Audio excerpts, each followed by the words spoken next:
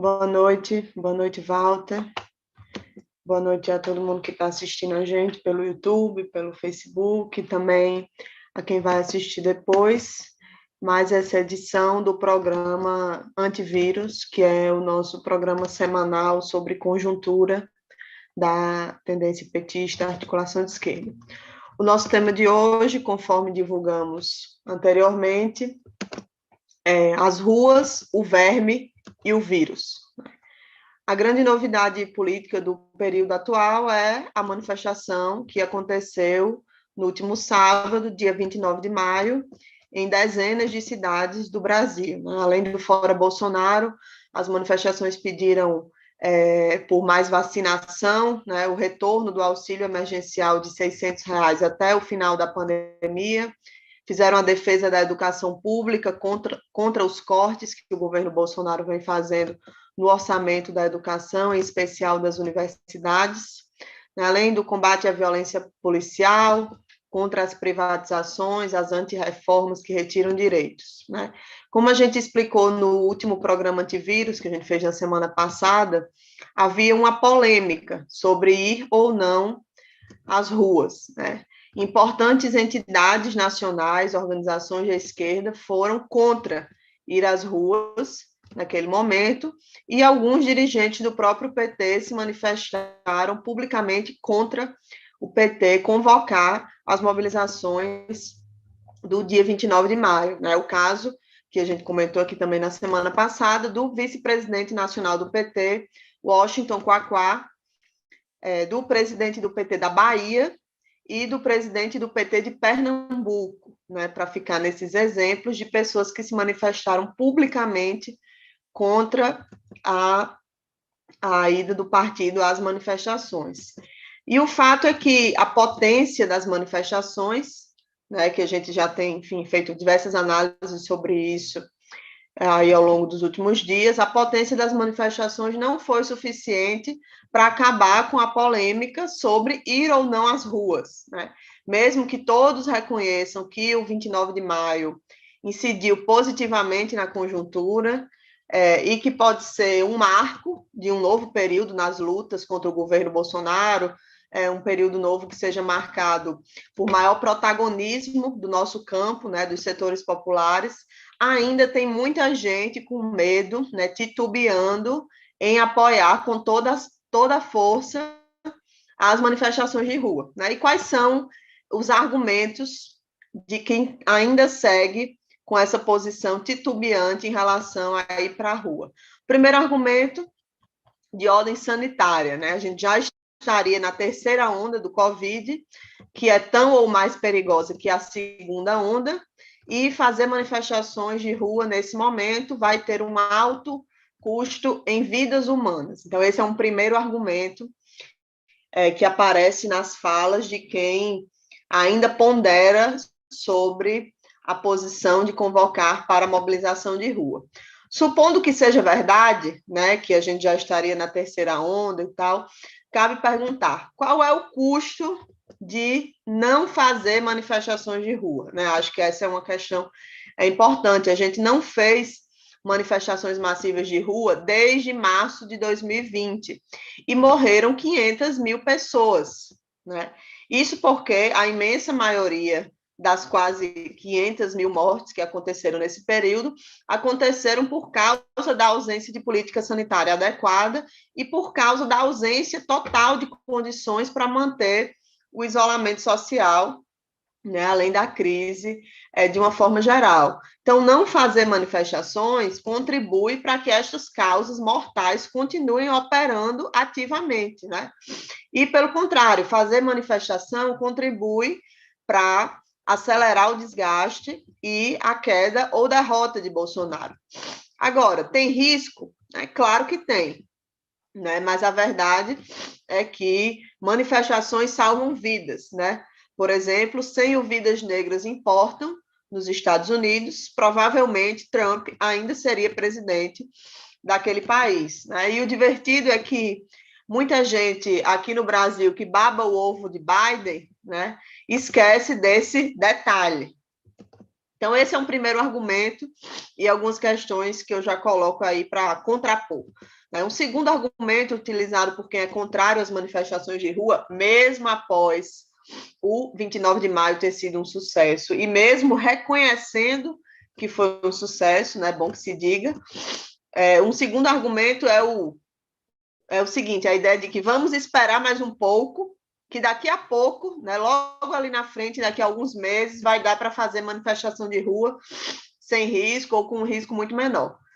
Quem está falando isso faz uma avaliação que, pelo ritmo da vacinação, em setembro, outubro, a gente já estaria em condições de se manifestar com maior segurança, né? Agora, vamos admitir que isso seja verdade e que em outubro seja possível se manifestar nas ruas sem tantos riscos, ou tendo como risco máximo não morrer de vírus, mas devido a uma bala da PM, né? Certamente é melhor se manifestar com segurança sanitária do que sem segurança sanitária. Disso ninguém duvida, né? Inclusive, muitas falas acerca dos atos e nos próprios atos diziam: a gente não queria estar na rua em meio a uma pandemia, não queria precisar estar na rua em meio a uma pandemia, né? Mas a pergunta que tem que ser feita é o seguinte: não mudaria nada politicamente se a gente esperar mais alguns meses, enquanto Bolsonaro continua operando e se aproveitando da ausência da esquerda nas ruas, né? Não muda nada? Na nossa opinião, muda muito, né? Por isso que não dá para esperar. Se com 500 mil mortos, Bolsonaro ainda está no governo, as instituições não dão nenhum sinal de que vão fazer nada para tirá-lo de lá, né? As pesquisas ainda colocam Bolsonaro no segundo turno da eleição de 2022. Quem garante que com a pandemia arrefecendo, ali logo no final do ano, início do próximo ano, ele não vai recuperar capacidade de influência e potencial, inclusive eleitoral, né? Quem garante que com as ruas dizendo eu autorizo, né, por parte da direita e do bolsonarismo, enquanto a esquerda fica longe das ruas, ele não faça algo ainda mais grave do que simplesmente recuperar apoio e ir para a disputa eleitoral. Então, eu acho que a hora de pressionar é agora, né, porque depois pode ficar cada vez mais difícil.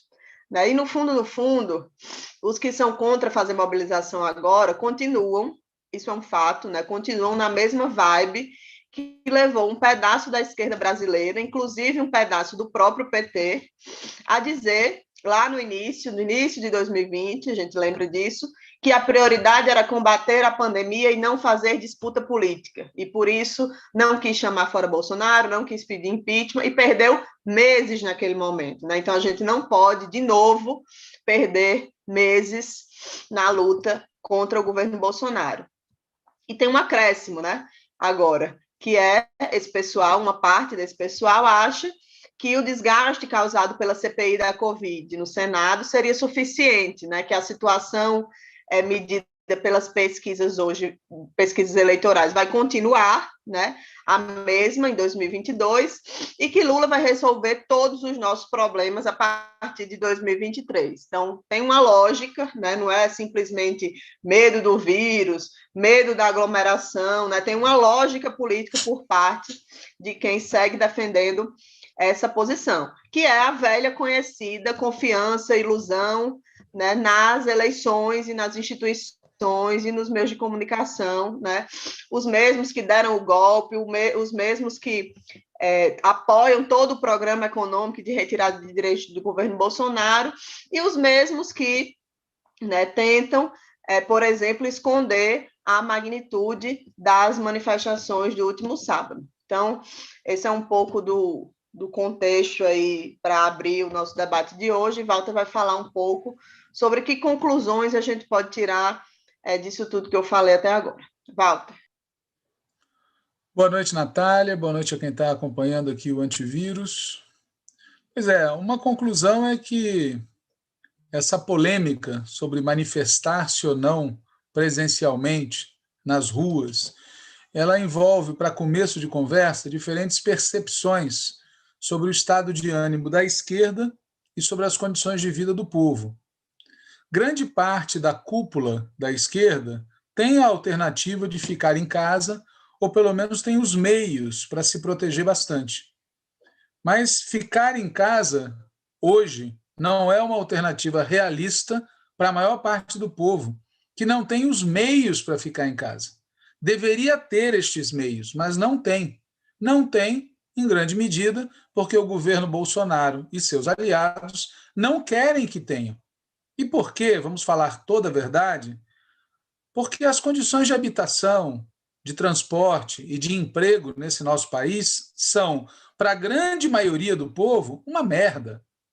Casas minúsculas, transportes apinhados, empregos precários e sobra mês depois que o salário acaba.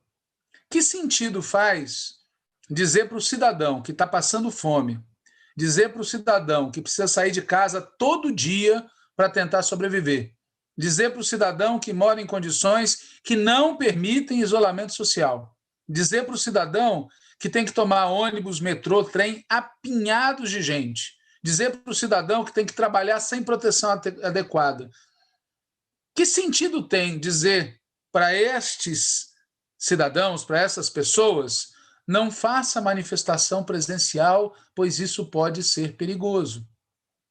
Aliás, cá entre nós, será mesmo mais perigoso estar numa manifestação do que estar num ônibus ou estar num avião? Ou nós estamos aderindo à ideia de que ser explorado pode, mas lutar não pode?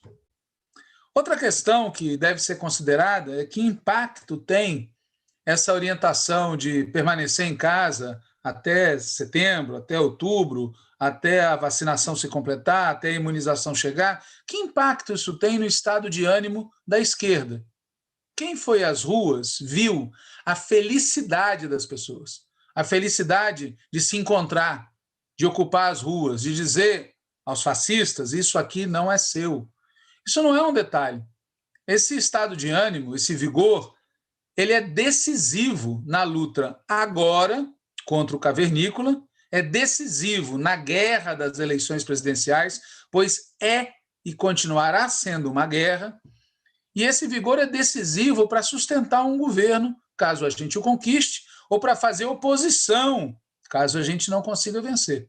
Aliás, cabe perguntar, os que hoje dizem que não é adequado fazer manifestação de rua, que posição tiveram durante a campanha eleitoral? Eu proponho um desafio. Eu proponho que vocês pesquisem as redes sociais do vice-presidente nacional do PT, Washington Quaquá, e dos presidentes do PT da Bahia e de Pernambuco, e verifiquem se durante a campanha eleitoral de 2020, se eles ficaram se resguardando ou se eles fizeram campanha. Campanha pode, manifestação contra Bolsonaro não pode? Aqui vale dizer mais uma coisa, tem gente que é muito coerente. Tem gente que apoiou um candidato bolsonarista em Belford Roxo, que defendeu apoiar um candidato bolsonarista para presidente da Câmara dos Deputados e agora resolve ser contra fazer manifestação de rua contra Bolsonaro e diz isso na imprensa carioca, para ninguém achar que eu não estou dizendo claramente de quem eu estou falando. O Washington Quaquá e outros foram contra ir às ruas e chamaram, inclusive, de assassinos quem topava ir, porque esse é o sentido de dizer que estavam pisoteando túmulos e abrindo covas. Defendem, depois das manifestações, que a gente não pode entrar no jogo do Bolsonaro, já que está todo mundo se contaminando, todo mundo se expondo, vamos fazer a mesma coisa, né? E tem alguns que acham que a gente tem que ser prudente nesse momento, mas pedem de saída que não sejam chamados de defensivistas, que não saem bem isso, só estão pedindo responsabilidade, afinal de contas, o PT é a força mais madura, o PT tem que se posicionar de maneira madura, né? A questão é que se o PT não se posicionar claramente a favor das manifestações de rua, que autoridade a gente teria ou terá sobre essas manifestações? Aliás, cá entre nós, se nós tivéssemos um governo que realmente tivesse ocupado em proteger as pessoas, vacinar, garantir ajuda emergencial, a gente poderia fazer esse cálculo, mas não tem nada disso. Portanto, o lugar nosso é a luta, é o protesto. A polêmica sobre manifestação de rua agora ou mais tarde envolve também diferentes visões sobre a margem de manobra, tanto da chamada terceira via quanto do Bolsonaro. Quem acha que o Bolsonaro está derretendo e que a terceira via não tem chance, evidentemente não tem motivo para querer manifestação de rua agora. E, de fato, se fosse verdade isso, talvez o risco não valesse a pena, porque, como a Natália disse e eu repito, é arriscado sim. É arriscado. Mas quem pensa, como nós, que a situação é mais complicada do que parece, que o Bolsonaro pode se recuperar, que a terceira via pode se afirmar, quem pensa assim acha que o risco é necessário. Não tem jeito, a gente tem que correr esse risco. A esse respeito, é fundamental, antes de mais nada, atentar para os indicadores econômicos. O povo vai mal. A vida do povo vai mal e nada indica que a vida do povo vá melhorar. Mas os grandes empresários vão muito bem, até porque a boiada segue passando e a situação internacional dá sua mãozinha.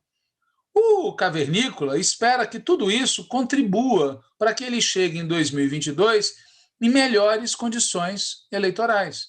E não se deve descartar, muito antes, pelo contrário, que o grande empresariado contribua ativamente para a reeleição do Bolsonaro, como contribuiu ativamente para a eleição do Bolsonaro em 2018. Nem se deve descartar que uma parte do grande empresariado concentre suas energias na constituição de uma terceira via. E, como nós já dissemos em alguns programas anteriores, o Biden pode ajudar tanto numa quanto noutra hipótese. O que não vai acontecer, pessoal, em hipótese alguma, é eles assistirem o nosso passeio até a presidência da República. A não ser, é claro, que alguém esteja pensando que a gente venha a assumir como nosso o programa deles, o programa dos empresários, o programa da direita neoliberal. E vamos falar claro, tem gente que defende exatamente isso. Tem gente na esquerda que defende exatamente isso. Sonham que o Lula propõe um pacto ao grande empresariado e à direita tradicional. E graças a isso, no sonho deles, isso nos garantiria derrotar o Bolsonaro, que, na opinião dessas pessoas, seria um inimigo tão mau, mas tão mau, que valeria qualquer sacrifício, até mesmo o de aceitar o bolsonarismo sem a pessoa do Bolsonaro.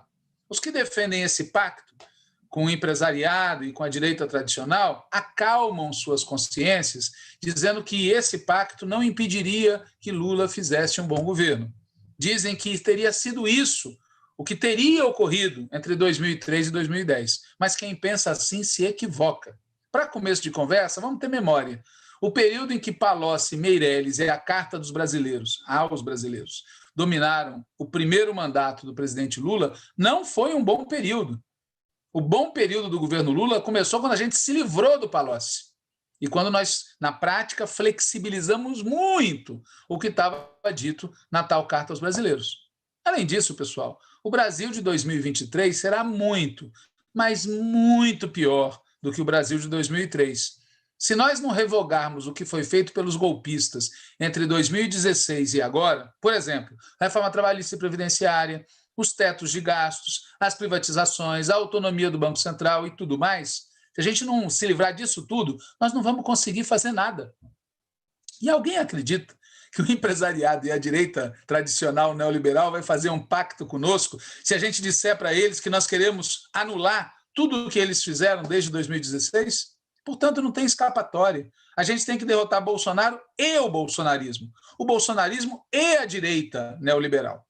E só faremos isso se a gente fizer pressão máxima, desde agora, pois é exatamente agora que o cavernícola ainda está em imensas dificuldades. Depois pode piorar para ele? Claro que pode, também pode piorar para ele. Por exemplo, tem quem diga que o potencial apagão elétrico pode produzir o efeito oposto. Tem falta de chuvas, é um dos períodos mais secos dos últimos 90 anos, está muito baixo o nível dos reservatórios hidrelétricos, houve muitos cortes de investimento nos últimos 5 anos, que aumentam a possibilidade de apagão, tipo 2001. Acontece que, para nós da esquerda, o quanto pior, melhor, nunca foi boa política. a situação econômica, social e sanitária pode ser objetivamente terrível, mas o que conta no limite é como as pessoas interpretam politicamente a realidade. Se a situação está uma merda, mas quem interpreta são os meios de comunicação do lado de lá, e se as ruas são ocupadas pela extrema-direita, não há como a história terminar bem para nós.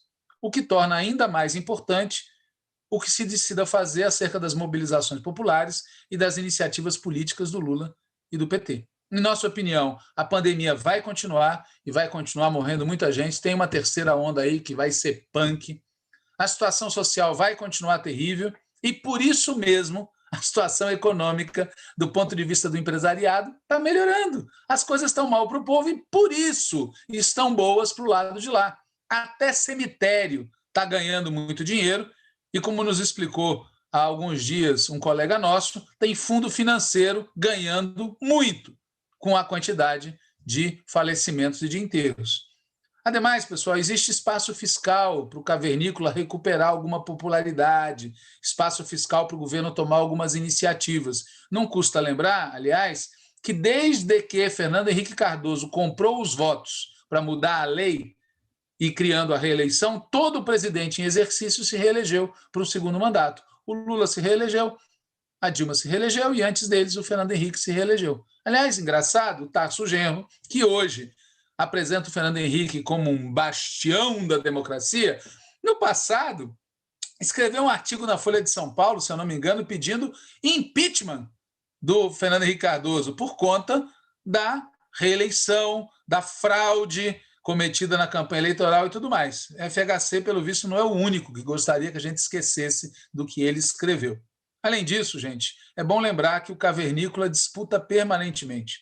Ele aposta na radicalização e na violência. Isso, por um lado, estimula a polarização conosco da esquerda, mas, por outro lado, serve de pretexto para aqueles que defendem uma terceira via. Vamos evitar a polarização. Portanto, por todos os lados que a gente olha o problema, a conclusão é: se a gente ficar parado, a gente corre o risco de declinar. Pois o quadro que as pesquisas revelam hoje não vai se manter.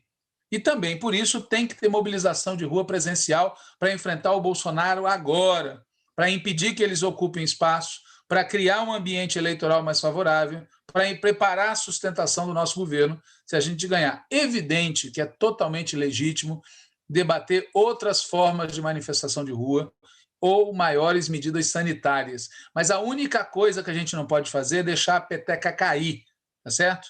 Se a gente deixar a peteca cair, o movimento não se retroalimenta. Não podemos ser nós a jogar água fria. Nós temos que conscientizar, nós temos que mobilizar, nós temos que ocupar com todos os cuidados sanitários. O que a gente não pode é recuar. Detalhe importante: se vai ter uma escalada de agressão do lado de lá, mais motivos ainda para a gente construir um centro dirigente do lado de cá. O que vimos na preparação do 29 de maio foi a nação da esquerda passando por cima de muitos dirigentes em dúvida ou contrários. No PT, é bom que a gente diga, porque a gente, quando critica, critica duro, e aqui vamos também fazer o contrário. A companheira Gleisi Hoffmann jogou um papel fundamental, defendendo a legitimidade das manifestações e comparecendo pessoalmente. Mas não foi a mesma atitude de boa parte da direção da CUT Nacional. E mesmo os companheiros do Movimento Sem Terra, na nossa opinião, deveriam ter apoiado as manifestações desde o início, percebendo a importância delas ocorrerem, né? E nós temos que lembrar aqui do que ocorreu no Recife. A Polícia Militar demonstrou mais uma vez que é parte do esquema repressivo do bolsonarismo. Os governadores não mandam na polícia. E aí, uma nota negativa. A companheira Gleisi Hoffmann esteve recentemente em Pernambuco e deu declarações acerca da aliança com o PSB, que, na nossa opinião, são incorretas, inclusive porque envolvem esse tema das polícias. É importante lembrar, finalmente, que o nosso foco eleitoral é disputar o povão, não os setores médios. Eu ouvi numa reunião um dia desse que foi um gol de placa o Lula encontrar com o Fernando Henrique Cardoso com o argumento de que serão as classes médias que vão decidir a eleição do ano que vem. Quem acredita que são as classes médias que vão decidir a eleição do ano que vem não entendeu nada do que aconteceu em 2018, não entendeu nada do que aconteceu no país, tá certo? Um dos motivos dos que acham que não é preciso ir às ruas agora, exatamente como já foi dito pela Natália, achar que a CPI da Covid já estaria consolidando o estrago do cavernícola nos setores médios. E como são os setores médios que são os decisivos, está resolvido o problema. Não aprenderam a lição de 2018 e não entendem os motivos pelos quais Lula é decisivo. Lula é decisivo não é porque conversa com a classe média. Lula é decisivo porque conversa com o povão. E para disputar o povão, a gente precisa ganhar o povo para a necessidade de apoiar um programa radical que enfrente os constrangimentos que os golpistas estão deixando, que remonte o que eles desmontaram e que busque o dinheiro onde ele está. Tem que buscar o dinheiro onde está o dinheiro, ou seja, nas elites desse país. Por isso tudo é que a gente segue dizendo que é uma tolice, é um erro, é uma ilusão, essa fixação na frente ampla com o centro, que de centro não tem nada. É a direita tradicional neoliberal. O que nós precisamos nesse momento é uma aliança pela esquerda. Até porque a eleição vai ser uma guerra. Se alguém tem dúvida disso, assista de novo ou leia o discurso do Bolsonaro ontem. Ontem o Bolsonaro fez um discurso que foi enfrentado com um panelaço, e foi certo fazer isso. Mas é importante a gente ver o recado que ele está passando. Leiam ele dizendo que sente profundamente cada vida perdida em nosso país e que as vacinas estão chegando. O que ele está dizendo? Não sou genocida, nem sou negacionista. Leiam o discurso em que ele fala que se preocupa com o povo comum, fala do desemprego, fala das dificuldades, do auxílio emergencial, muito mais dinheiro do que o Bolsa Família, protegendo restaurantes pequenos e médios. Além disso, ele manda um recado para o empresariado. Amanhã, pessoal, é outro dia com Bolsonaro e tudo, viu, empresariado? Ele fala lateralmente dos empregos, mas o que interessa mesmo são a nova lei do gás, o marco legal do saneamento, a MP da liberdade econômica, o Banco Central Independente, o novo marco fiscal, os leilões de privatização, a Bolsa de Valores batendo recorde histórico. Ele está falando para o empresariado, vem cá, vocês vão querer perder tudo isso? Além disso, ele ainda termina dizendo que esse é um país que vai para frente, sem corrupção, que as estatais eram corruptas, hoje são lucrativas, né? E diz que estamos avançando em todos os terrenos. Parece um desenvolvimentista, né? Tá falando de obras e não sei o quê, e papapá, e termina dizendo que é um governo que defende a democracia. Joga dentro das 4 linhas da Constituição: direito de ir e vir, direito ao trabalho, livre exercício de cultos religiosos. Então, não é um discurso que está sendo feito por alguém que não pensa. Ele está reposicionando a pegada. E o Pazuello, hein? Para aqueles que estavam dizendo, vamos lembrar que tinha uma crise entre Bolsonaro e as Forças Armadas e que agora ia explodir porque o comando do Exército ia punir o Pazuello, que o Pazuello foi no ato junto com o Bolsonaro. Pois é, né? Vejam a decisão, foi publicada hoje. Nota à imprensa acerca da participação do general de divisão Eduardo Pazuello em evento realizado na cidade do Rio de Janeiro, no dia 23 de maio, o Centro de Comunicação Social do Exército informa que o comandante do Exército analisou e acolheu os argumentos apresentados por escrito e sustentados oralmente pelo referido oficial general. Centro de Comunicação Social do Exército, 3 de junho. Então, pessoal, quem está iludido sobre de que lado estão as Forças Armadas, esquece. Aliás, o Pazuello agora voltou a ser, na prática, tá certo? Integrante do governo, secretário de Estudos Estratégicos da Secretaria Especial de Assuntos Estratégicos da Presidência da República, né? Pois muito bem, a verdade é que na esquerda tem gente que não aprende, acredita no que quer, só acredita no que acredita, mesmo contra todas as evidências. E as evidências a gente pode ver, por exemplo, essa pesquisa que o Bolsonaro está fazendo sobre a situação salarial dos policiais. Pode ver na visita que ele fez à PM do Distrito Federal, que terminou com comandantes da PM batendo continência e repetindo o slogan da campanha do Bolsonaro. Quem, apesar disso tudo, insistir em jogar parado, achar que nós vamos ganhar essa eleição com base na classe média e fazendo um discurso moderado, não vai dar certo. Por isso, todo o apoio às manifestações que agora estão sendo convocadas para o dia 19 de junho, porque para derrotar o vírus e para derrotar o verme, só indo às ruas. É isso. Vamos todo mundo se engajar na construção do dia 19 de junho e até a próxima quinta-feira aqui no Antivírus e fora Bolsonaro. Boa noite. Fora Bolsonaro, fora Mourão, fora seu governo, todas as suas políticas e essa escumalha toda. Boa noite. Boa noite, Walter.